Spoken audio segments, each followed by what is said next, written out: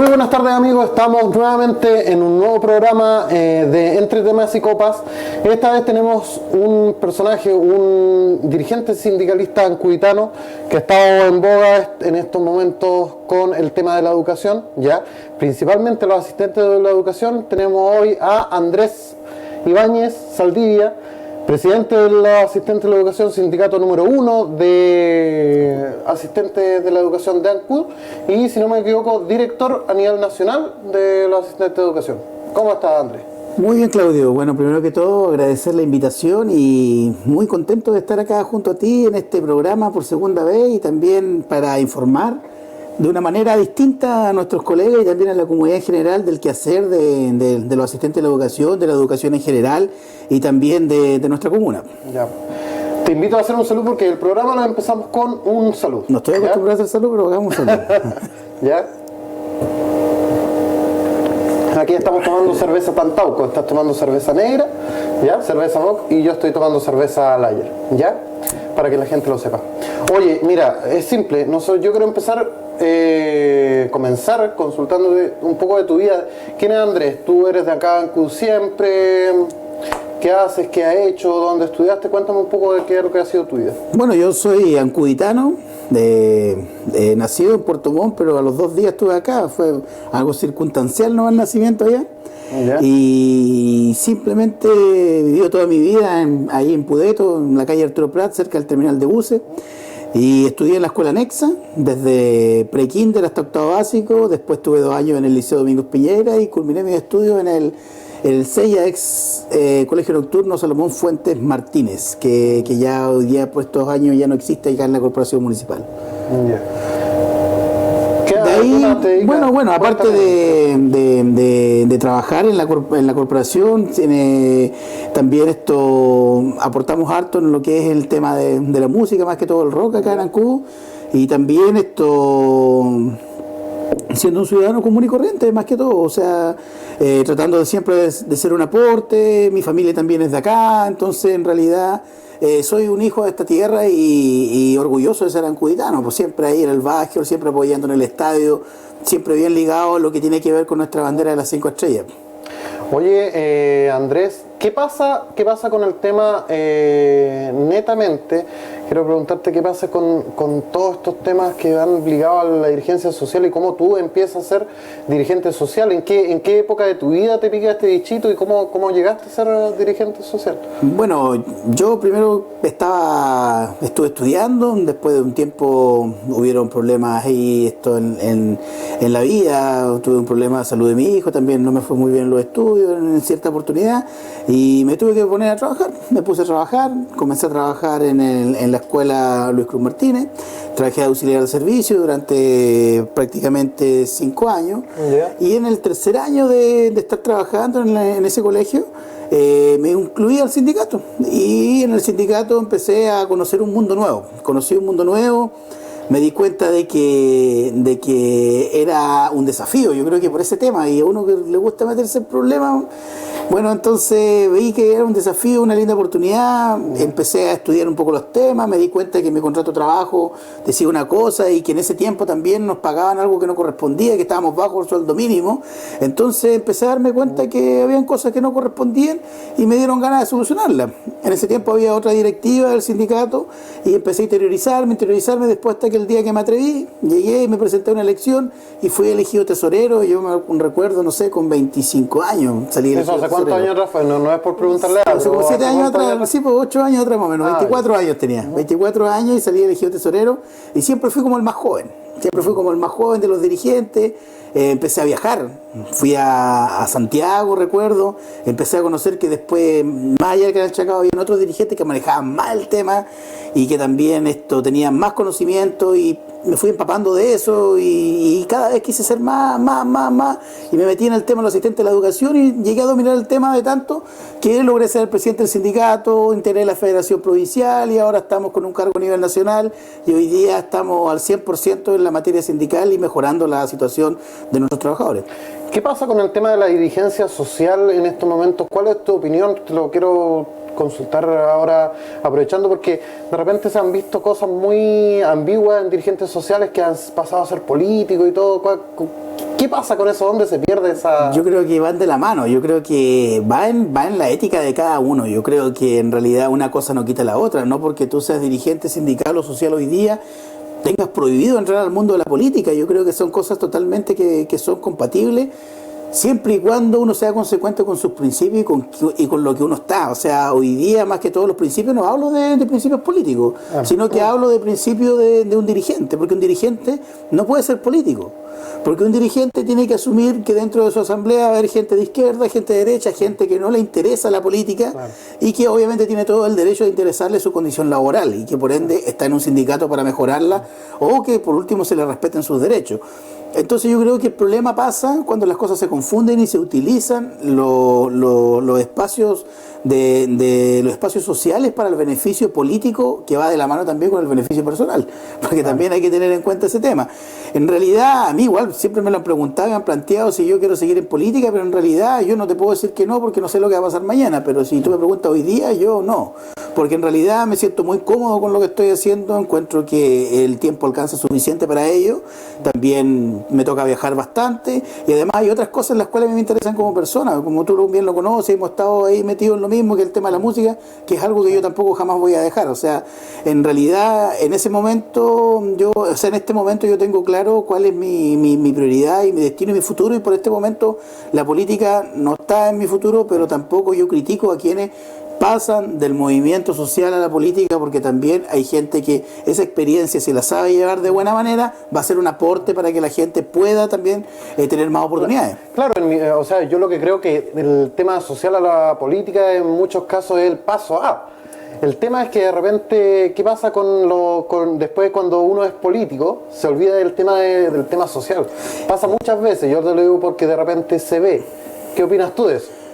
Que es como la madre que se olvidó, la vaca que se olvidó que fue ternero. Exactamente, o sea, en realidad casos hay bastantes y tristes. O sea, yo te digo que en realidad lamentablemente eso viene a enlodar un poco lo que es ser el dirigente, enloda también lo que es el mundo político, pero yo creo que va en la convicción de cada persona. O sea, si una persona...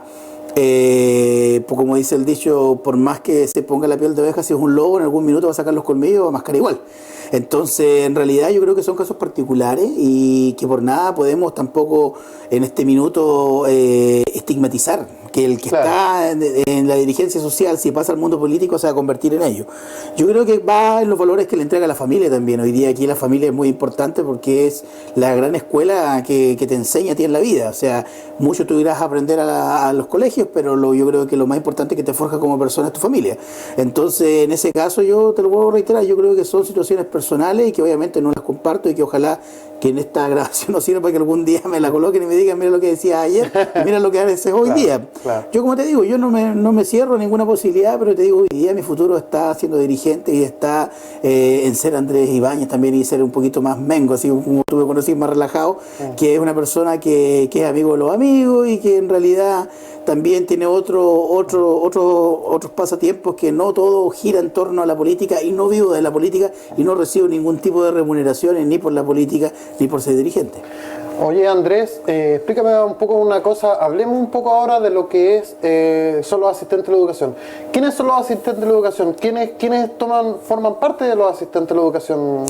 Bueno, los asistentes de la educación, yo siempre, cuando me lo preguntan en varias entrevistas, yo siempre he planteado de la siguiente manera. Nosotros nacimos junto con la educación. O sea, desde que la educación comenzó en este país, que no fue por el Estado, sino que fue por la Iglesia, que fue quienes empezaron a entregar educación, en este caso los jesuitas, por aquí, por estos lados. Siempre hubo la persona que tenía que hacer el aseo, siempre hubo la persona que después, con el tiempo, tenía que hacerle mantención a los edificios. Entonces, el asistente de la educación nace desde el primer día. Y los asistentes de la educación, a medida que el gobierno empezó a tener control de la educación, comenzó a institucionalizar también a aquellos trabajadores que prestaban servicios.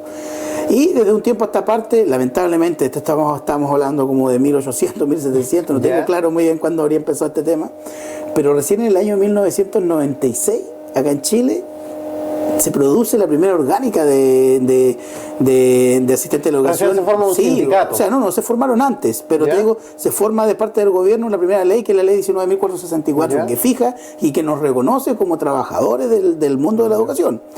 ¿Qué tiene que ver eso de reconocerlos como trabajadores del mundo de la educación? ¿Tienen algún beneficio en base a eso? Sí, o sea, más que beneficio, yo creo que son las reglas que tiene todo trabajador. Todo trabajador tiene las reglas del juego, que tienes un contrato, que tienes obligaciones, tienes deberes y tienes derechos. Entonces, en base a eso, en ese año por primera vez se produce esta ley, que es una ley sumamente mala, que hasta el día de hoy todavía la tenemos. Una ley sumamente mala. Y ¿En qué se basa esa ley? En esa ley, la gente sepa en esa ley se decía que asistente de la educación era la persona que estaba encargada del servicio de aseo, o sea, auxiliares y servicios menores, la gente que hacía funciones de paradocencia, en este caso inspectores, y eso era. ¿Ya? Esta ley después se fue modificada el año 2008. Y ni siquiera teníamos un nombre, no existía el nombre de asistente de la educación. Y el año 2008, ahí recién se modifica esta ley con otra ley, que es la ley 20.244. ¿Y en qué se basa esa modificación? Esa ley, la 20.244, solamente se hizo para modificar la ley 19.464. Y cuando se modifica esta ley, el espectro de asistentes de la educación se amplía. Ahí ya no solamente son los auxiliares y los inspectores, sino que también entran todos los profesionales que trabajen en establecimientos educacionales que no estén afectos a la ley 19.070, o sea, el estatuto docente. ¿Esos profesionales quiénes serían? ¿Administrativos? No, esos profesionales son los kinesiólogos, terapeutas ocupacionales, asistentes sociales, fonoaudiólogos, y como te lo digo, cualquier profesional que haya cursado una carrera de más de 8 semestres, en una universidad reconocida por el Estado, que no se rija por la ley 19.070, o sea, que quiere decir que no tengan la calidad docente, van a ser asistentes de la educación. Claro. Y entonces cuando tenemos este espectro, también se profesionaliza y el gremio también toma un nuevo aire, porque obviamente llegan otras personas con otro mundo, con otra visión, que también nos da un crecimiento, y desde ahí, en esa ley, por primera vez, se nos entrega un nombre, que es el nombre de asistentes de la educación, que hoy día es cotidiano para todos, el asistente de la educación. Claro. Pero antes del año 2008 eso no existía. Eso no existía. Trabajaban solamente los no docentes, codocentes, los tíos, teníamos miles de nombres, pero en realidad eso no existía. Tenían un tema aparte. Oye, mira, adentrándonos un poco de esto que son los asistentes de la educación acá, específicamente acá en Ancud, cuéntame un poco lo que ha pasado en el transcurso del tiempo, que nosotros hemos visto harta polémica de parte de ustedes con el tema del municipio y después, por ende, con el tema del gobierno. Ustedes tuvieron un consejo, ¿ya? Y ustedes, de primera, yo quiero ir cronológicamente, ustedes denunciaron irregularidades a la inspección del trabajo. ¿Qué pasó con eso? Bueno, nosotros si me preguntan, denunciar irregularidades, hemos denunciado demasiadas irregularidades, específicamente en esta administración, pero como para hacer un poquito más de historia, también hay que decir que en Ancud, este sindicato que tenemos nosotros, el sindicato 1 Asistente de la Educación, es uno de los sindicatos más antiguos que hay en la comuna, que fue formado cuando se volvió a permitir los sindicatos en Chile. Entonces, este sindicato tenía una participación activa bastante importante en el transcurso de la historia sindical de Ancud, y no habíamos tenido mayores diferencias. A lo mucho, la gran diferencia que tuvimos fue en el gobierno del señor Kunharman, cuando yo era estudiante, para nada tenía idea que yo iba a ingresar a este mundo, en donde para conseguir la asignación de zona del 40%, los asistentes de la educación casi llegan a una huelga. Claro. Y de ahí pasamos a este periodo en donde tuvimos una negociación colectiva el año antepasado, en donde tuvimos una huelga de 18 días. Y ahí comenzaron todas las irregularidades. ¿Por qué razón? Porque nosotros llegamos a una negociación colectiva bastante polémica, en donde se nos pretendía quitar los beneficios ganados por año, que nosotros defendimos hasta el último día, y después llegamos a un acuerdo, que una vez que ese acuerdo, que al no ser tan beneficioso para nosotros y más beneficioso para el empleador, este empleador ni siquiera lo cumple. Y cuando este empleador no cumple ese acuerdo, nosotros nos damos la obligación de denunciar el inspección del trabajo. ¿Cuál fue el acuerdo que no se cumplió? El contrato colectivo en su conjunto, porque hay que tomar en cuenta que cuando tú no cumples un contrato colectivo, aunque sea una cláusula, tú estás incumpliendo al contrato colectivo. O sea, tiene que cumplirse el 100%. Exactamente. O sea, tú tienes que cumplir el contrato colectivo. Lo que hace el magistrado y el tribunal laboral después, obviamente, llegas a una sentencia en donde el empleador tiene que tiene que, ¿cómo se llama? Tiene que arreglar lo que no haya cumplido, pero la figura legal por la cual tú vas a denunciar es por incumplimiento de contrato colectivo. Claro. Entonces, ahí comenzamos la primera gran lucha que tuvimos judicial con esta corporación, en donde llegamos a un acuerdo reparatorio bastante favorable para nosotros, que significó en su totalidad, con lo que se pagó en primera instancia a los adeudados, con lo que iban a recibir el resto de los funcionarios hasta el último día del contrato colectivo, alrededor de 58 millones de pesos, que se pudieron haber evitado por parte de la corporación. Después de ello hemos tenido también bastantes denuncias, también con, por ejemplo, con prácticas antisindicales que hemos tenido también. ¿Cuáles han sido las denuncias más comunes que ustedes sufren? Yo creo que en esta administración ha sido los incumplimientos de contrato colectivo, hoy día los no pagos de beneficios, los no pagos de remuneraciones como corresponde y las prácticas antisindicales. O sea, hemos tenido una relación bastante penosa con esta administración y bueno, nosotros lo hacemos sentir porque en realidad siempre se nos ha criticado a nosotros como que somos los polémicos, como que los que queremos hacer la zancadilla al municipio, pero los tribunales, las denuncias y los documentos siempre han dicho que nosotros hemos estado del lado de la verdad. Tuvimos una polémica muy grande cuando se nos entregó el bono de desempeño por parte del gobierno. Y este bono de desempeño se tenía que pagar en los meses de diciembre y enero. ¿El año pasado? Sí, este año. Y en el mes de abril todavía no lo pagaban. Nosotros fuimos, le exigimos al empleador de que nos pague. Y el empleador se negaba y decía que nosotros estábamos mintiendo. Incluso mucha gente de nuestra organización pensaba que nosotros mentíamos. Hasta que tuvimos que ir al Ministerio de Educación. Y cuando fuimos al Ministerio de Educación nos dimos cuenta de que ese pago había sido ya cancelado a la corporación en el mes de enero. Claro. ¿Y qué había pasado con esa plata? ¿Dónde estaba? Después el señor Ampuero, secretario de la corporación, dice de que fue un error administrativo y que se iba a iniciar una investigación. Al otro día, investigación que hasta el día de hoy, ya en el mes de septiembre prácticamente, todavía no sucede. Entonces, ¿pero están haciendo esa investigación? ¿En qué va eso? No, esa investigación es una investigación interna de la corporación, que supuestamente ellos iban a hacer. Pero yo cada vez que me toca exponer nuestro tema, siempre yo le pregunto ¿en qué está esa investigación? O sea, ¿dónde estuvo el error? ¿Por qué no se nos pagó? Porque nosotros después logramos aclarar de que esa plata sí estaba y obviamente ellos de alguna manera no la pagaron.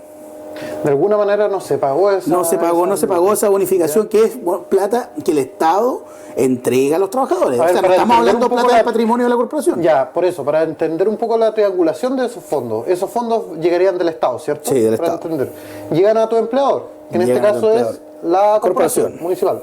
Y de ahí se reparten a ustedes, que son los asistentes. Exactamente. Esta es una negociación que hacemos nosotros como Consejo Nacional de Asistentes de la Educación a nivel nacional. Y es una negociación a nivel nacional. A nivel nacional. Nada que ver, son fondos exclusivos que están en el presupuesto de la nación, en la foja de educación, en esa cartera en donde se reparten para nosotros, pongámosle, eso tenía un costo de alrededor de 1.600 millones de pesos, pero estamos hablando para todos los asistentes de la educación del país. Claro. Era un bono que se pagaba en dos cuotas de 115.000 y 115.000 por desempeño laboral. Los que tenían mejor desempeño agarraban 230.000 pesos y los que tenían menor desempeño obviamente se iba disminuyendo. ¿Y en estos momentos no han visto ni una de esas? No, ya las vimos, pero el punto es que nosotros teníamos que haberlas visto en diciembre y enero. Las vimos en diciembre y después las vimos en el mes de mayo. ¿Y la negligencia ahí entonces? Es de la corporación, porque nosotros logramos aclarar con el documento en mano de que esas plata habían sido depositadas para ellos el día 9 de enero. Entonces, ¿por qué no la pagaron? Siendo que esas plata que al otro día tenía que ser cancelada porque es plata de los trabajadores, no es plata ni de la corporación ni del gobierno, porque el gobierno apenas hace el protocolo de acuerdo y se oficializa este tema y se aprueba el reajuste del sector público y el presupuesto de la nación, esa plata pasa a ser de los trabajadores. Y esa ley, y está bajo una ley, y bajo la ley de presupuesto, indica fecha, monto y a quiénes tiene que ser entregada. Claro. Y esto no se hizo. Bueno, esa ha sido una de las tantas polémicas. Mira, Andrés, nosotros tenemos que ir a un corte comercial ahora ya, pero a la vuelta yo creo que conversemos otros temas que han habido, otras polémicas acá en Ancud. Yo creo que tú me cuentes un poco más cómo ha sido eso y en qué se ha basado, ¿ya? Ok. No sé si se puede. Sí, pues no hay problema. Bueno, amigos, vamos a un corte comercial y a la vuelta seguimos conversando con Andrés Ibáñez, presidente del sindicato número 1 de asistentes de la educación de Ancud.